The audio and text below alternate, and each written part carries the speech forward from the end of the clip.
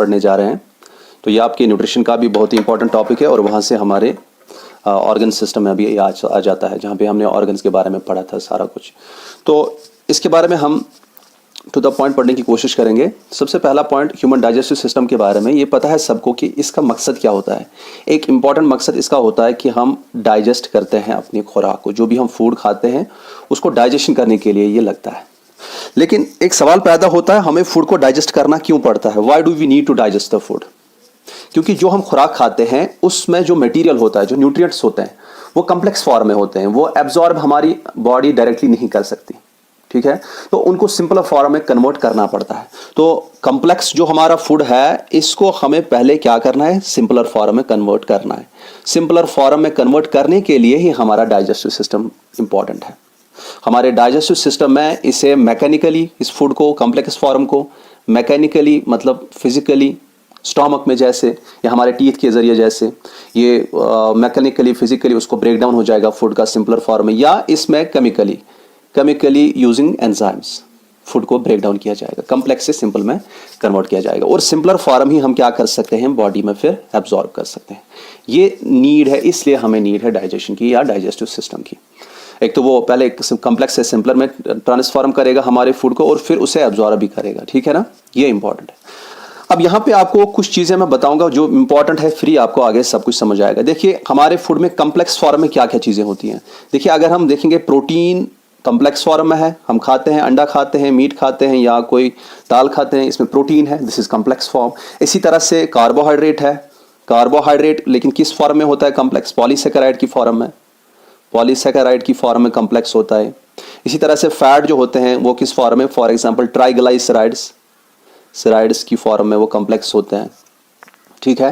तो इसी तरह से ये जो कम्प्लेक्स फॉर्म है इसको सिंपलर फॉर्म में कन्वर्ट करना है हमारे डाइजेस्टिव सिस्टम में, चाहे हमें फिजिकली इसको ब्रेक डाउन करें या हम केमिकली थ्रू एंजाइम्स इसको ब्रेक डाउन करें।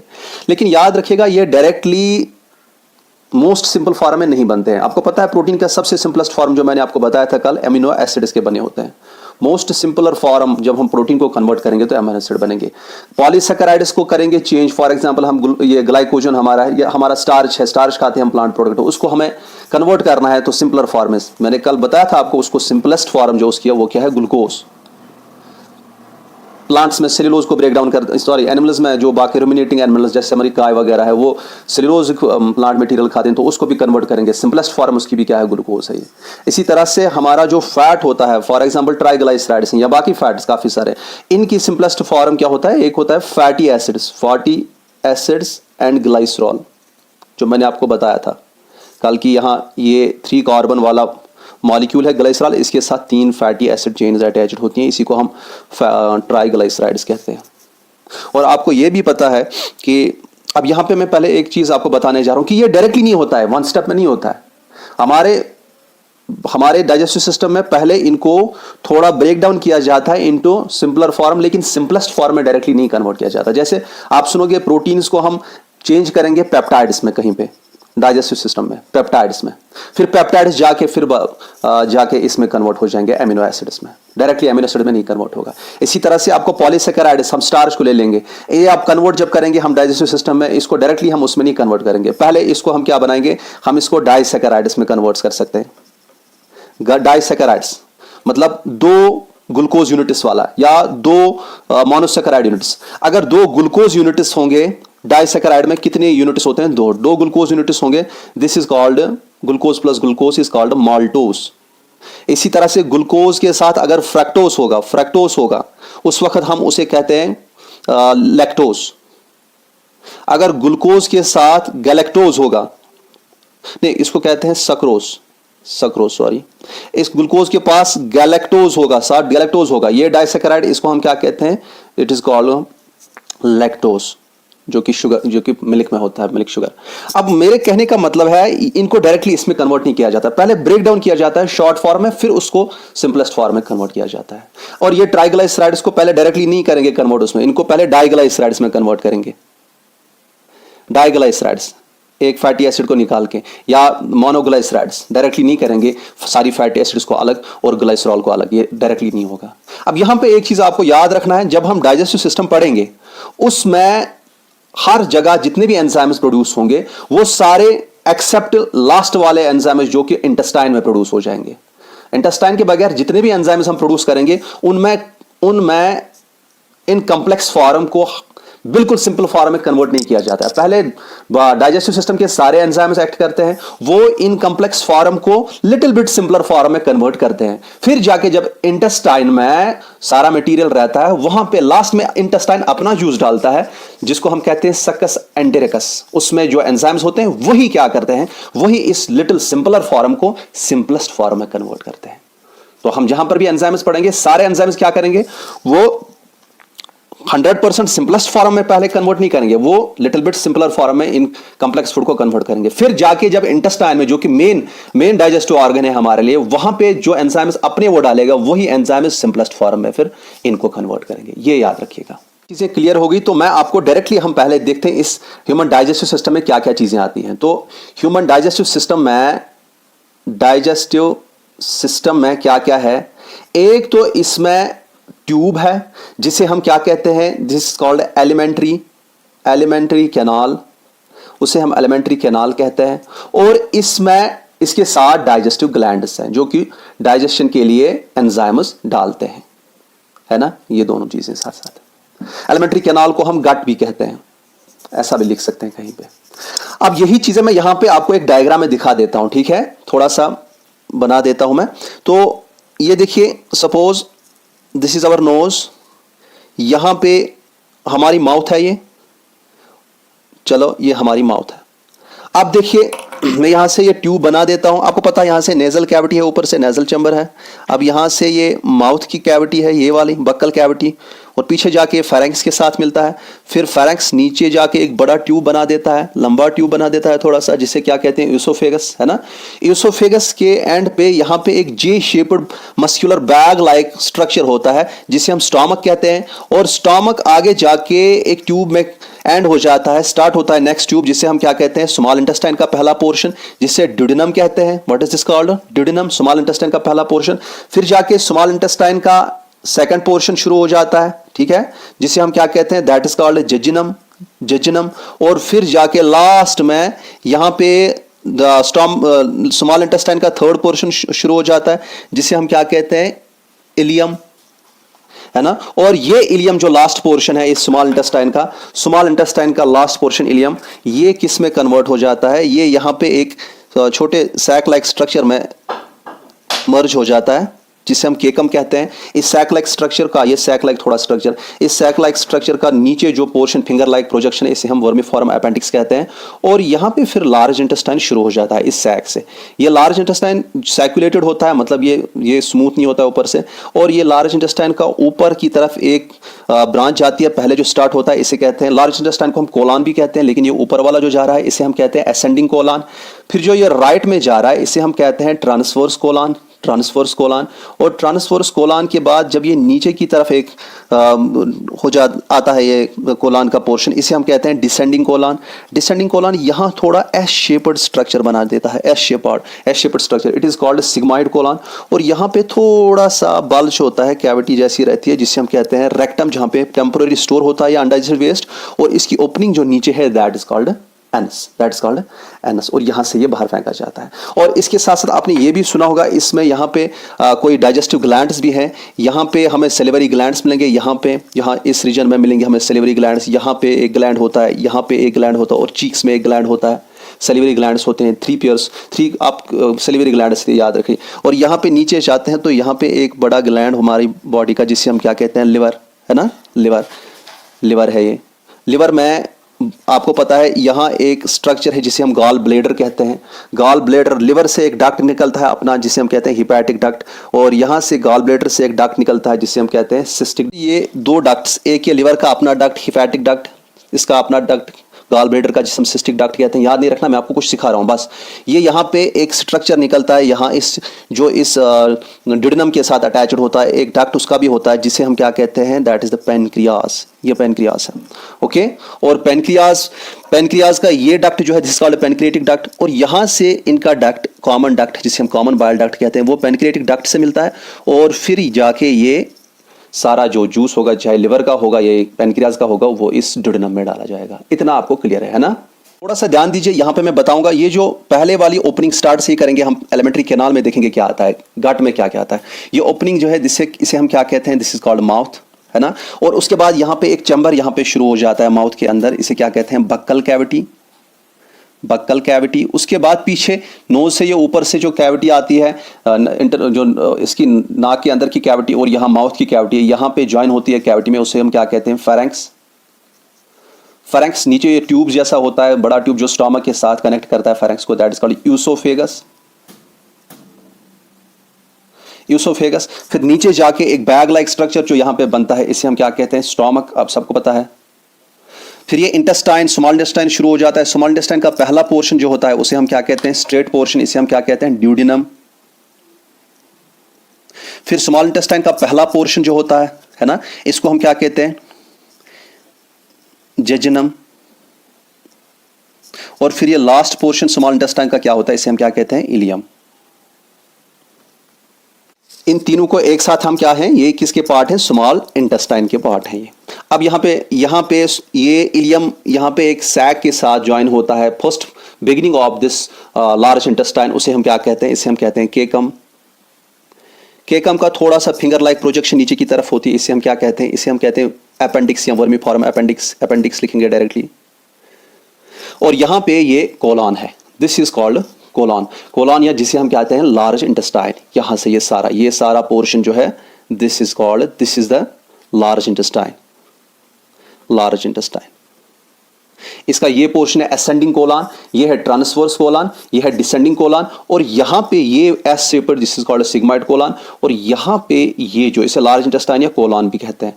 यहाँ पे ये जो सैक लाइक थोड़ा सा temporary storage of undigested waste के लिए होता है, इसे हम क्या कहते हैं, दिस इज कॉल्ड रेक्टम। और इसकी जो ये ओपनिंग है, इसे कहते हैं anus. This is our digestive system, इसका स्ट्रक्चर यही है। अब यहाँ पे डाइजेस्टिव ग्लैंड्स क्या क्या है आपको पता है, यहाँ पे this is the liver, liver, this is pancreas, और यहां पे ये जो है इनको हम क्या कहते हैं, सैलिवरी, सैलिवरी ग्लैंड्स। तो आपको समझ आ गया एलिमेंट्री कैनाल या ट्यूब क्या है, ट्यूब में क्या क्या है, और डाइजेस्टिव ग्लैंड्स क्या क्या है। अब यहां पे याद रखिएगा, इसका जो ये लेंथ होती है ट्यूब की, अबाउट 8 to 10 मीटर इसकी लेंथ होती है। इसमें सबसे बड़ा रीजन जो है, देखिए आपको ये small intestine, name small intestine है क्योंकि इनका जो जगह होती है अंदर से, जो डायमीटर होता है वो स्मॉल होता है, लेकिन ये लार्ज इंटेस्टाइन से लंबा होता है। लार्ज इंटेस्टाइन को फिर लार्ज इंटेस्टाइन क्यों कहते हैं, क्योंकि लार्ज इंटेस्टाइन का डायमीटर ज्यादा होता है, इसलिए इसको लार्ज इंटेस्टाइन कहते हैं। अगरचे लार्ज इंटेस्टाइन शॉर्ट है, 1.5 मीटर ही लार्ज इंटेस्टाइन है, स्मॉल इंटेस्टाइन लॉन्गर है, इसमें 6 मीटर तक इसकी लेंथ होती है। तो आप मुझे बताइए इसको स्मॉल फिर क्यों कहेंगे, क्योंकि इसका डायमीटर इनका कम है। इसको लार्ज क्यों कहते हैं, क्योंकि इसका डायमीटर ज्यादा है। इन चीजों को, ये जो यहाँ पे है, इनको थोड़ा सा एक्सप्लेनेटरी तरीके से पढ़ेंगे, ठीक है। थोड़ा सा 2-2, 4-4 पॉइंट इनके बारे में बताऊंगा, यही रख देता हूं मैं। चलो अब देखते हैं। सबसे पहले हम माउथ तो आपको पता है, दिस इज अ स्लिट, जहां से हम खाते हैं। फिर आगे जाके ये थोड़ा चैम्बर बनता है जिसे हम बकल चैम्बर कहते हैं या बकल कैविटी कहते हैं। इस बकल कैविटी के बारे में आपको क्या याद रखना है, देखिए एक तो इसके बारे में, टीथ के बारे में आपको याद रखना है। टीथ के बारे में, इसमें दांत होते हैं, और दांत के बारे में आपको क्वेश्चन क्या पूछते हैं कि बताइए डेंटल फॉर्मूला क्या है एडल्ट्स में। वो फॉर्मूला है 2 1 2 3। और जो ये होते हैं ये एडल्ट्स के बारे में है। अगर हम देखते हैं जो बच्चे यंग वंस होते हैं उनमें क्या होती है डेंटल फॉर्मूला 2 1 2 0। अब कंफ्यूज नहीं होना, थोड़ा बता देता हूं मैं। अगर यहां पे दिस इज माउथ है ना, यहां पे हमारे टीथ है, आपको पता है ऊपर एक रो है, ऊपर एक रो है टीथ का और नीचे एक रो है टीथ का। अब यहां पे एक लाइन में ऐसे डाल देता हूं, एक लाइन में ऐसे डाल देता हूं, एक लाइन में ऐसे डाल देता हूं। अब मैं ये पोर्शन आपको दिखाऊंगा, ये पोर्शन टीथ का वही ये रिप्रेजेंट करता है ऊपर वाला। और हम ऐसे दिखाते हैं, सपोज हम दिखाते हैं ऐसे, हमारे टीथ का नंबर है 2 1 2 3। एक्चुअली क्या है, ये 2 1 2 3 इस साइड में ऐसे है, फिर यहां से भी 2 1 2 3, फिर यहां से भी 2 1 2 3, एंड यहां से भी 2 1 2 3, यहां से 2 1 2 3, यहां से 2 1 2 3, ऐसे 2 1 2 3। टोटल ये 32 टीथ आते हैं। अब मैं बताऊंगा कैसे। सबसे पहले ये क्वेश्चन आपको पूछेंगे कि हाँ बताइए हमारे टीथ के बारे में। 3 पॉइंट्स याद रखने। एक तो हमारे टीथ होते हैं हेटेरोडोंट, वो होता है हमारे सारे टीथ एक जैसे नहीं दिखते हैं, ये अलग अलग होते हैं। आपको पता है हमारे टीथ में एक हैं जो ये यहां पे हैं, ये वाले, मैं यहां पे सपोज आपको दिखा देता हूं। यहां पे पहले टीथ हमारे ऐसे होते हैं 2, एक फिर लंबा ऐसे होता है 2 1, फिर जाके 2 ऐसे होते हैं 2, फिर जाके 3 जो होता है उसमें क्या होता है ऐसे 1 2 3। समझ आ रहा है? दिस इज दीज टू, ये जो ऐसे स्ट्रेट होते हैं पहले दो, इनको हम क्या कहते हैं? इनको हम कहते हैं इंसिसर्स।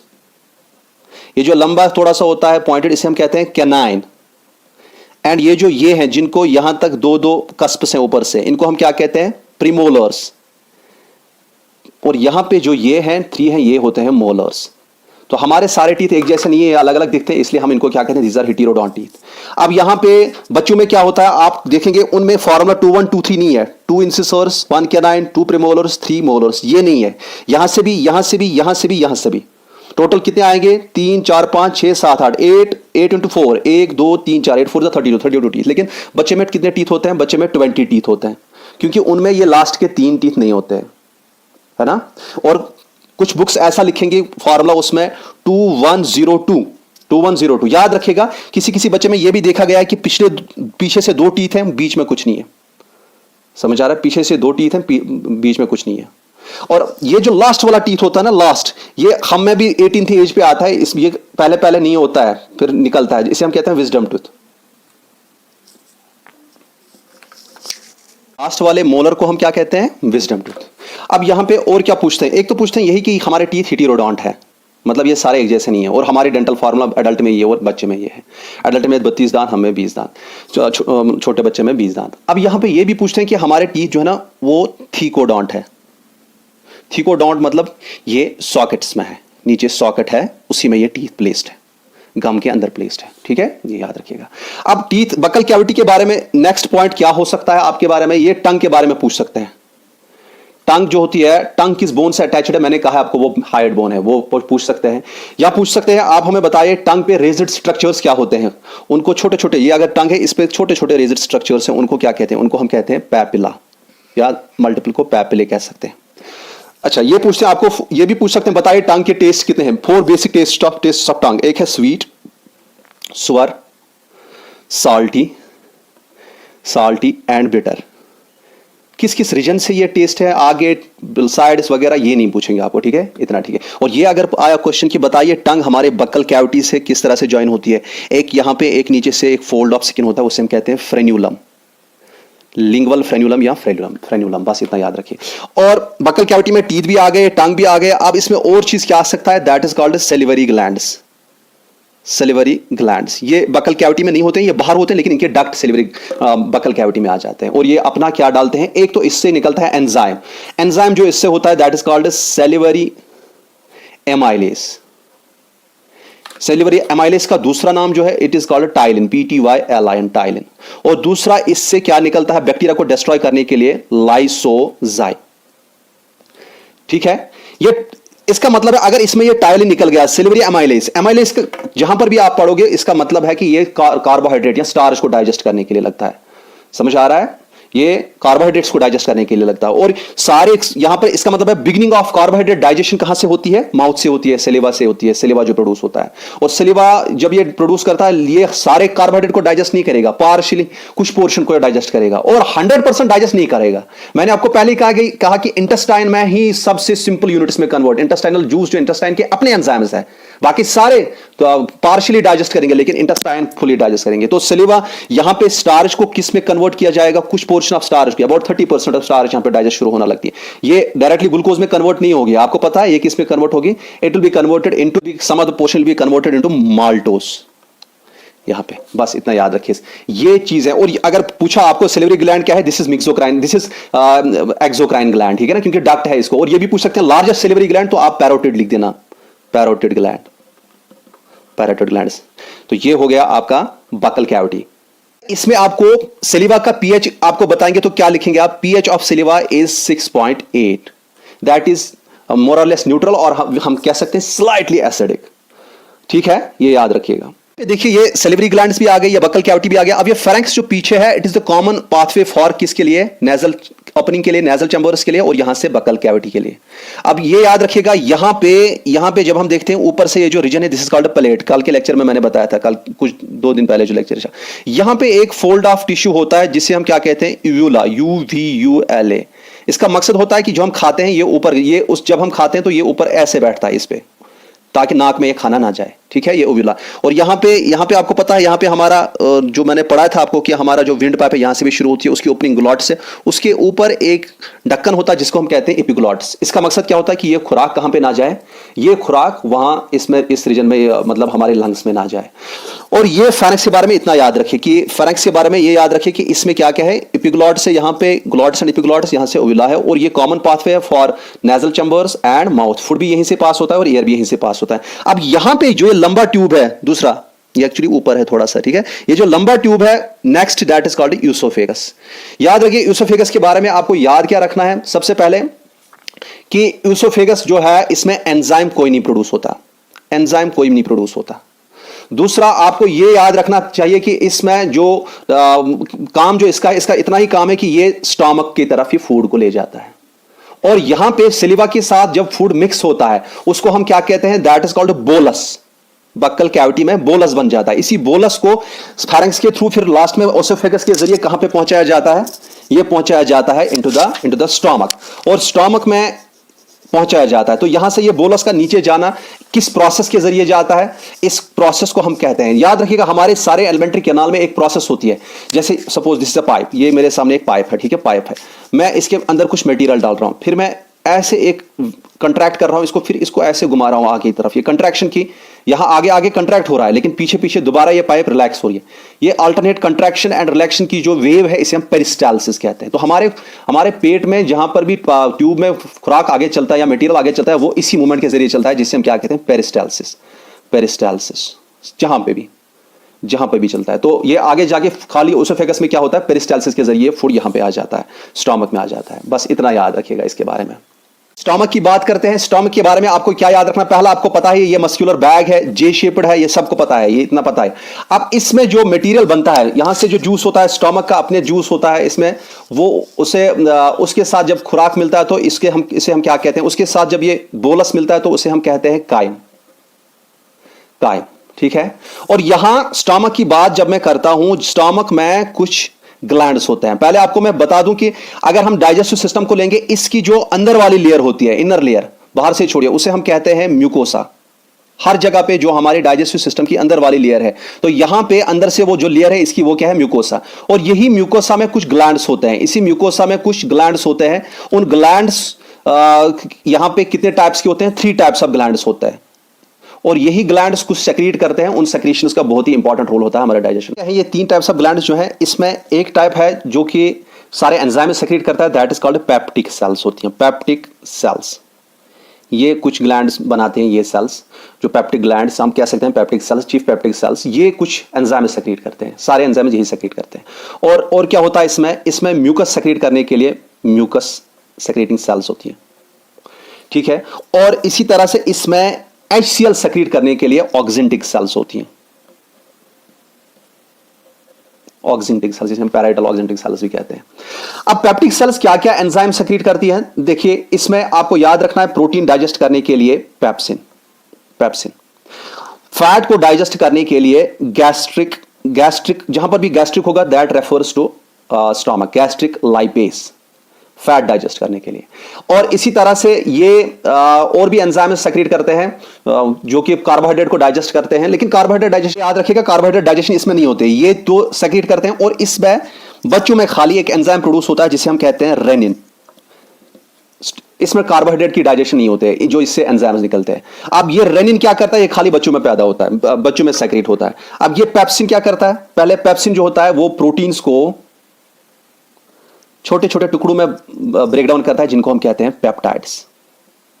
पेप्टाइड्स, ठीक है। अगर देखते हैं ये लंबी चेन ऑफ एमिनो एसिड्स है, लंबी थाउजेंड्स, इसे हम कहेंगे प्रोटीन। अगर इसको ब्रेक डाउन करेंगे छोटे छोटे चेन्स में, उनको हम पेप्टाइड्स कहते हैं। और अगर कहीं पे आपको 2 ही एमिनो एसिड्स होंगे, वो एक स्ट्रक्चर बनाएगा जिसको हम डाइपेप्टाइड कहते हैं। तो यहां पे प्रोटीन्स को ये पेप्टाइड्स में चेंज करता है, कौन, पेप्सिन।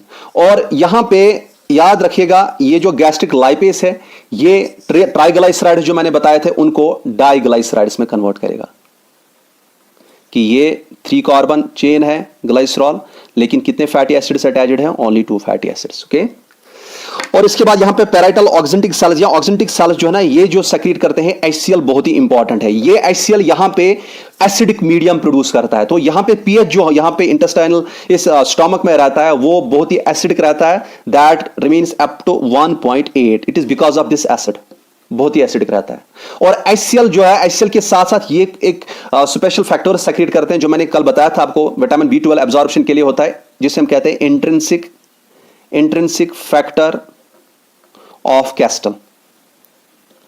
ये क्या एब्जॉर्ब करने के लिए लगता है? विटामिन B12 एब्जॉर्ब करने के लिए, बहुत ही जरूरी। इस विटामिन B12 को हम एक्सट्रिंसिक फैक्टर ऑफ कैस्टल भी कहते हैं, ये याद रखने की जरूरत नहीं है। लेकिन ये अब ये HCl क्या है, ये HCl यहां पे क्यों प्रोड्यूस होता है, इसकी इंपॉर्टेंस क्या है? HCl की इंपॉर्टेंस है कि ये पेप्सिन को एक्टिव कर देता है।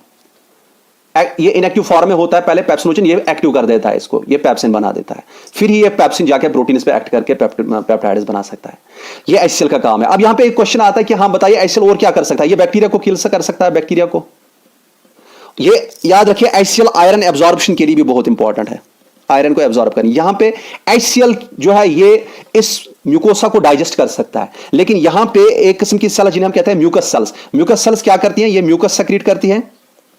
म्यूकस इस स्टमक की लाइनिंग के ऊपर रहती है, तो ये म्यूकस जो होती है बेसिक होती है, ये कोशिश करती है कि ये प्रिवेंट करेगी HCl को, स्टमक को खुद ब खुद डाइजेस्ट करने के लिए। नहीं तो हमारा स्टमक अपने आप को डाइजेस्ट कर सकता है, ठीक है।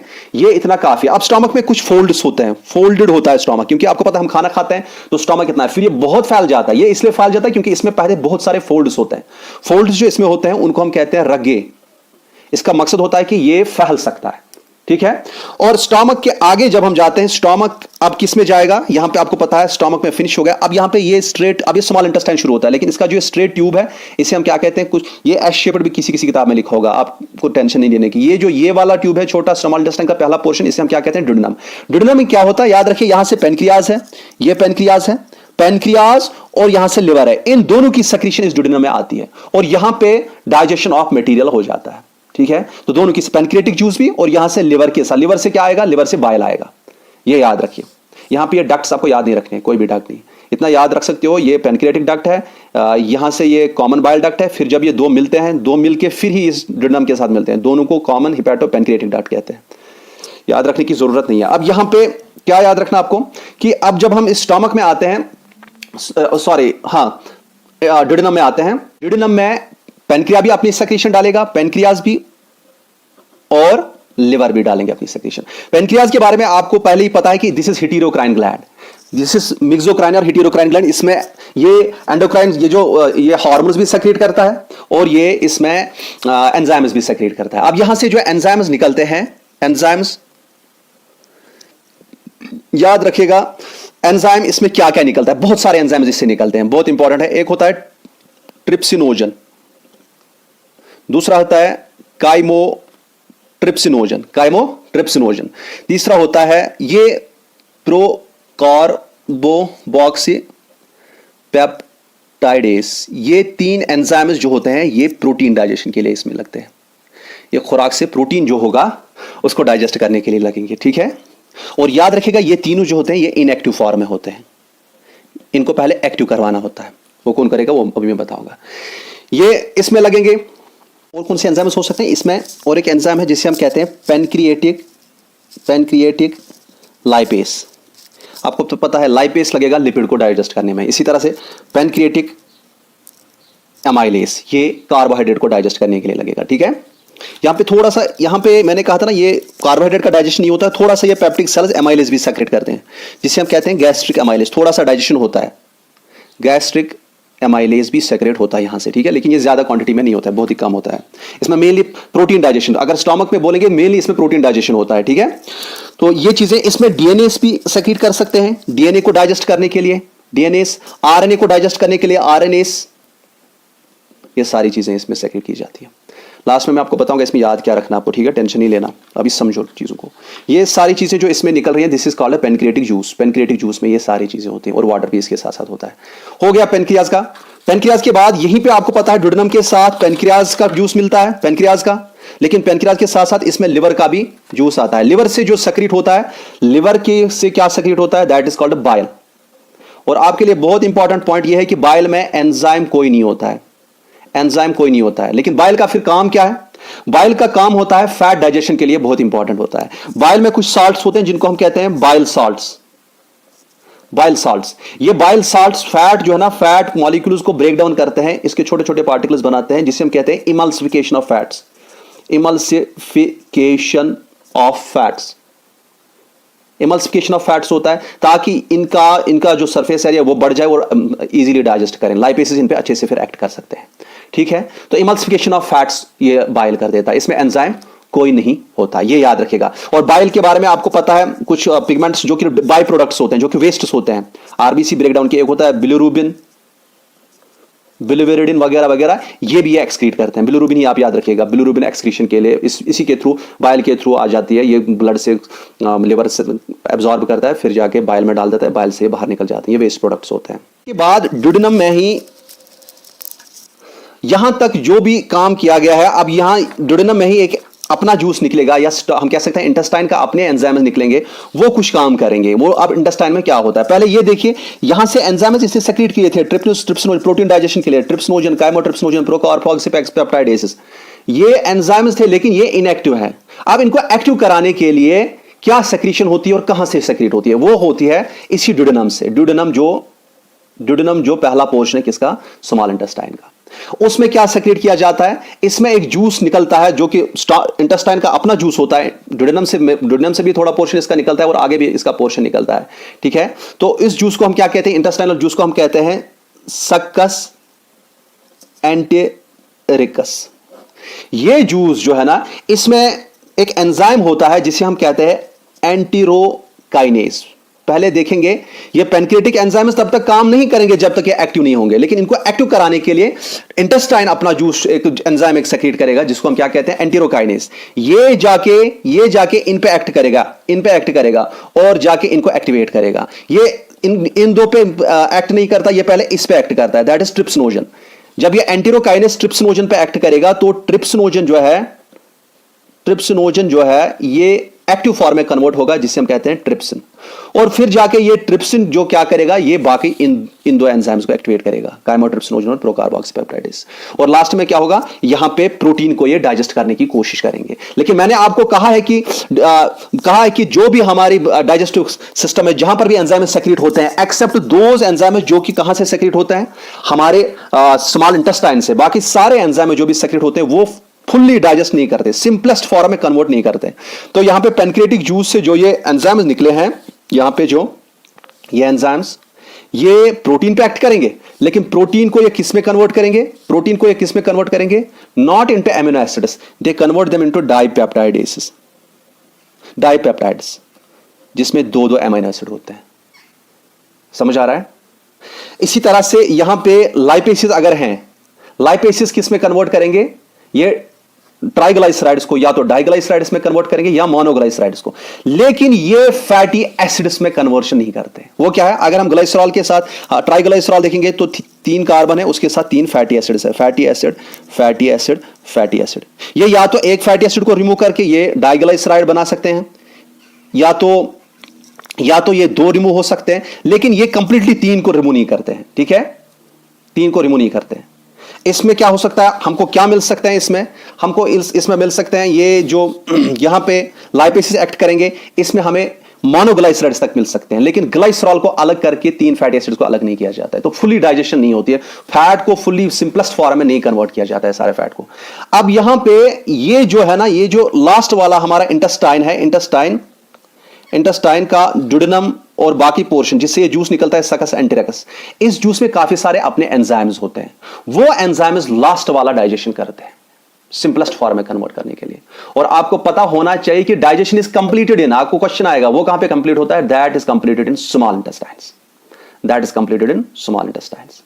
और यहां पे कौन कौन से एंजाइम सेक्रेट किए जाएंगे और वो क्या करेंगे? देखिए, पता है कि प्रोटीन को डाइजेस्ट किया गया है, लेकिन उसमें कहां तक पहुंच गया है? डाइपेप्टाइड्स तक, इतना। एमिनो एसिड्स में ये कन्वर्ट नहीं किए गए, अभी भी 2 एमिनो एसिड वाला स्ट्रक्चर है। तो यहां पे इनको डाइजेस्ट करने के लिए सकस एंटेरिकस में सारे जूसेस हैं, अब ये सारे एंजाइम्स हैं, इसको डाइजेस्ट करने के लिए डाइपेप्टाइडेसेस हैं, जो इसको अमीनो एसिड्स में कन्वर्ट करेंगे और दैट इज एब्जॉर्बेबल फॉर्म, जो कि सबसे सिंपलेस्ट फॉर्म ऑफ प्रोटीन है। अच्छा, अगर हमें लिपिड्स की बात करेंगे, हमें पता है उसमें लिपिड्स जो हैं वो भी अभी पूरे ब्रेक डाउन नहीं हुए हैं।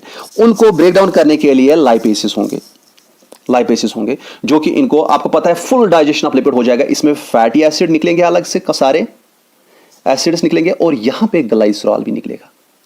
अभी तक ये सारे ग्लाइसरॉल को तीनों नहीं छोड़ रहे थे, अब ये तीनों छोड़ेंगे, अब फैटी एसिड्स मिलेंगे और ग्लाइसरॉल मिलेगा। उसमें डाइग्लाइसरॉल भी, हमें ग्लाइसरॉल के साथ कोई ना कोई फैटी एसिड जरूर होता था, लेकिन अब यहां पे ये पूरा इसको छोड़ देगा, तो कंप्लीट डाइजेशन अब हो रही है।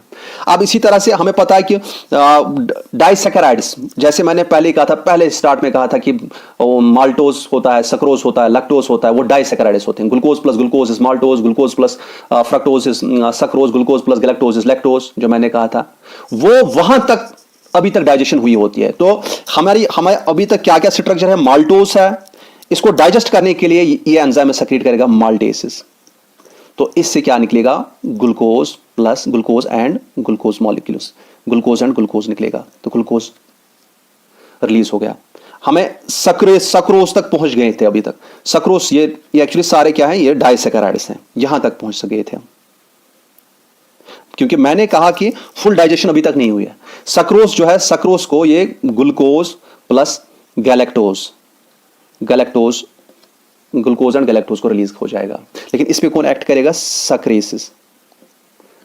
इसी तरह से लैक्टोज है, लैक्टोज पे लैक्टेसिस एक्ट करेंगे, और वहां पे क्या निकलेगा, ग्लूकोज प्लस सक्रोज नहीं है, ये यहां पे फ्रक्टोज है, तब भी मैंने जल्दी में ऐसे बोला था, यहां पे ग्लूकोज प्लस गैलेक्टोज, तो ये रिलीज हो जाएंगे, ग्लूकोज और गैलेक्टोज रिलीज हो जाएंगे। तो यहां पे बताइए ये सारे क्या कहां पहुंच गए, यहां पे मोनोसैकेराइड्स बन गए, यहां पे क्या बन गए, यहां पे एमाइनो एसिड्स बन गए, और यहां पे क्या निकल गए, फैटी एसिड्स भी अलग और ग्लाइसरॉल भी अलग। तो आपके लिए वो इंपॉर्टेंट क्वेश्चन की complete digestion of food occurs in, वो कहां पे आता होती है, स्मॉल इंटेस्टाइन में। अब स्मॉल इंटेस्टाइन में ही एब्जॉर्प्शन ऑफ न्यूट्रिएंट्स होती है, यही स्मॉल इंटेस्टाइन की जिसमें हम बात कर रहे हैं, जो ये है, इसी में एब्जॉर्प्शन ऑफ न्यूट्रिएंट्स होती है।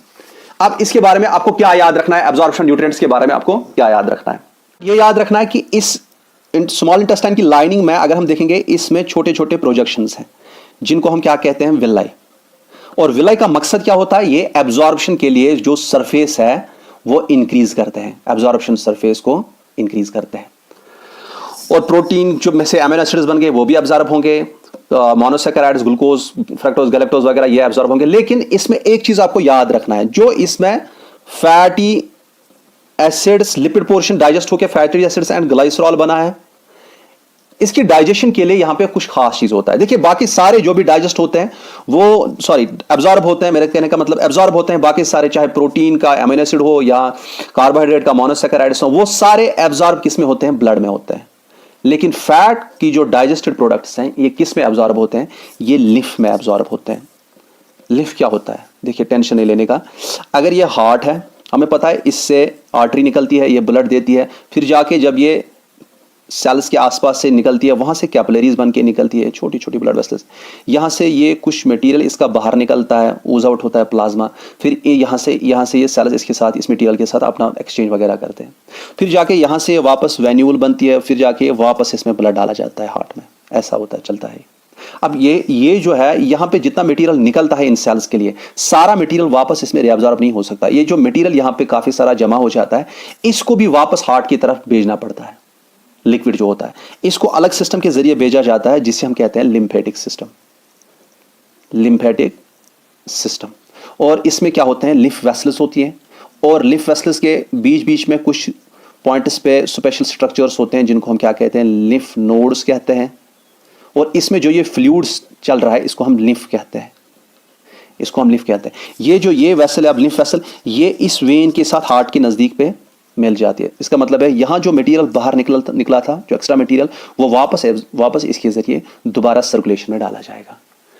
और आपको एक डिसऑर्डर है जिसे हम कहते हैं एलिफेंटेसिस, जिसमें वो टांग मोटी हो जाती है, उसमें ये लिम्फ वेसल्स ब्लॉक कर देती हैं कौन, वो वर्म्स जो होती हैं, जिसकी वजह से ये फ्लूइड जमा हो जाता है और टांग में अगर जमा हुआ तो जिस जगह भी जमा हो उसमें इन्फ्लेमेशन होगी, उसमें ज़्यादा मास जैसे लगे पानी जमा हो जाएगा।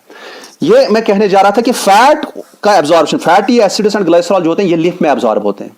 और अगर आपको क्वेश्चन आएगा कि ये दो चीजें किसके साथ एसोसिएटेड है, मिसल एंड काइलो, सिखाऊंगा नहीं है, ये अलग टॉपिक हो जाएगा, ये किसकी एब्जॉर्प्शन के साथ एसोसिएटेड है, आप कहेगा फैट्स की एब्जॉर्प्शन के लिए या फैटी एसिड्स या कोलेस्ट्रॉल की एब्जॉर्प्शन के लिए बस। और ये भी कह सकते हैं कि हाँ बताइए उन लिम्फ वेसल्स में जिनमें ये एब्जॉर्ब होता है फैट, उनको क्या कहते हैं, उनको हम लैक्टियल्स कहते हैं।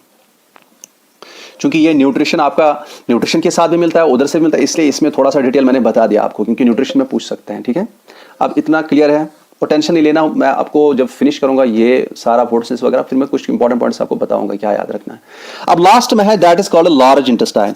लार्ज इंटेस्टाइन, लार्ज इंटेस्टाइन का काम क्या है, लार्ज इंटेस्टाइन यही देख लीजिए। पहले इसमें ये पोर्शन जो है इसे कहते हैं केकम। इसमें हम में नहीं लेकिन जो हर्बीवोर्स होते हैं इनमें उनमें इसमें एक बैक्टीरिया होता है, सिम्बायोटिक बैक्टीरिया। सिम्बायोसिस में दो ऑर्गेनिजम्स एक साथ हमेशा रहते हैं, एसोसिएशन में रहते हैं, दो ऑर्गेनिजम्स की एक एसोसिएशन है जिसमें दोनों को बेनिफिट होता है। तो यहाँ पे सिम्बायोसिस होता है, एक बैक्टीरिया, कुछ बैक्टीरिया होते हैं इसमें जो कि क्या, सेलुलोज डाइजेशन करने के लिए, क्योंकि हर्बीवोर्स प्लांट मटेरियल खाते हैं उसमें सेलुलोज है, हम वो डाइजेस्ट नहीं कर पाते हैं, क्योंकि जो हर्बीवोर्स होते हैं उनको इस केकम में बड़ा होता है, उनमें केकम, उसमें वो बैक्टीरिया होते हैं जो कि सेलुलोज डाइजेशन के लिए एक एंजाइम प्रोड्यूस करते हैं जिसे हम कहते हैं सेल्यूलेस एंजाइम। हम में ये केकम बहुत ही छोटा होता है, रुडिमेंट्री होता है, और ये अपेंडिक्स जो होता है उनमें भी ये अपेंडिक्स में भी ये बैक्टीरिया हो सकता है। तो हम में ये ज्यादा नहीं होता है बड़ा, ना ही अपेंडिक्स भी ज्यादा बड़ा होता है, तो क्योंकि हम में वो सेल्यूलेस एंजाइम प्रोडक्शन के लिए वो बैक्टीरिया नहीं होते हैं, तो हम इसलिए प्लांट मटेरियल को डाइजेस्ट, जो हार्ड मटेरियल होता है जैसे जिसमें सेलुलोजिक मटेरियल होता है, वो हम डाइजेस्ट नहीं अच्छे से कर पाते हैं। अब यहाँ पे ऊपर चलते हैं हम, यहाँ पे ये वाला पोर्शन असेंडिंग कोलॉन है, ये ट्रांसफोरस है, ये डिसेंडिंग कोलॉन है। कोलॉन हम लार्ज इंटेस्टाइन का दूसरा नाम भी देते हैं। और ये जाके इसमें क्या होता है, इसमें याद रखिए कि एंजाइम कोई नहीं प्रोड्यूस होता है। लार्ज इंटेस्टाइन में एंजाइम कोई नहीं प्रोड्यूस होता है। लार्ज इंटेस्टाइन में